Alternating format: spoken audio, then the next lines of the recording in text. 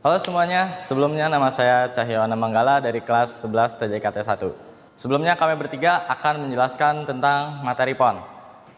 Passive Optical Network atau disingkat PON, yaitu adalah perangkat jaringan yang pasif yang artinya tidak membutuhkan sumber listrik.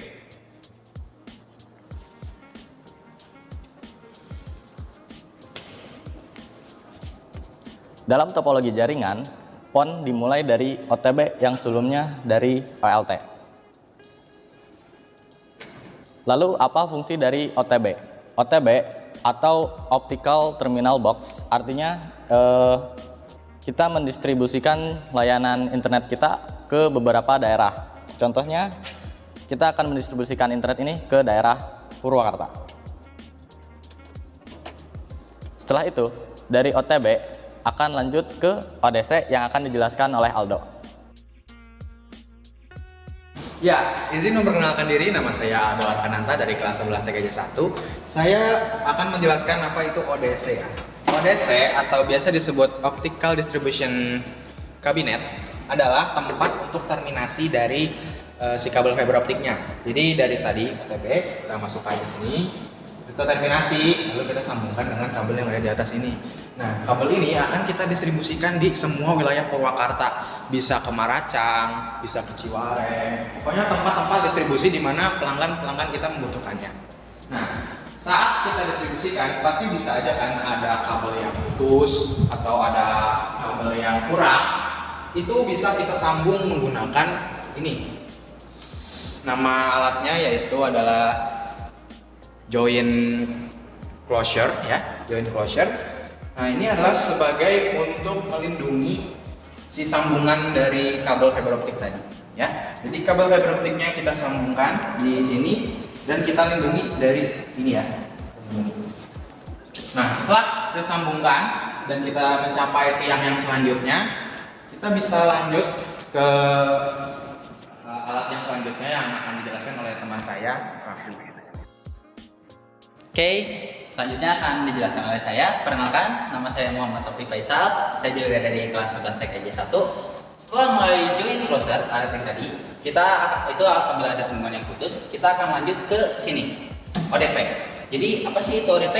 ODP itu adalah Optical Distribution Panel. Seperti namanya, optical berarti dari serat fiber yang tadi, yang kabel tadi. Kemudian distribusi, berarti dia fungsinya untuk mengelola, mendistribusikan atau membagi gitu ke para klien-klien. Yang dimana dari kabel backbone, kabel utama yang besar ini, kita masuk ke sini, nanti akan dibagikan melalui sebuah alat yang bernama splitter. Karena di setiap ODP biasanya terdapat sebuah splitter. Nah, splitter itu bentukannya ada yang seperti ini, nanti akan terbagi menjadi seperti ini, atau ada juga yang seperti ini. Si splitter ini tuh berfungsi untuk membagi serat optik dari yang tadinya 1 bisa menjadi 2, bisa menjadi 4, 8 dan seterusnya. Nah, ODP ini juga bisa melindungi si fiber optik ini supaya nggak kena debu, rusak dan sebagainya.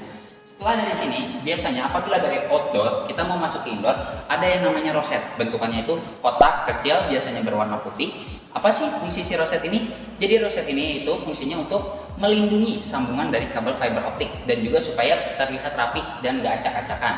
Nah, dari roset biasanya kita langsung masuk ke sini. Di sini ini jatuhnya udah bukan PON lagi.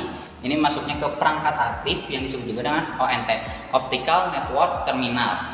Yang nanti akan diterima itu biasanya itu ada di customer yang nanti juga akan ke perangkat aktif lainnya dan internet itu akan tersalurkan. Selanjutnya, for your information atau untuk fakta-faktanya, apa sih kelebihan dari si PON ini? Jelas, PON memiliki kelebihan. Salah satunya adalah hemat biaya atau efisiensi biaya. Karena PON ini tidak apa tadi?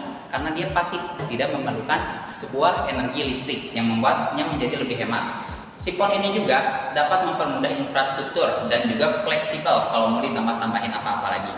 Nah, mungkin mengenai PON sudah cukup jelas. Mohon maaf juga apabila dari kelompok kami ada sedikit kesalahan atau kekurangan. Wajar, manusia, Nabi. Oke, sekian dari kelompok kami. Assalamualaikum warahmatullahi wabarakatuh.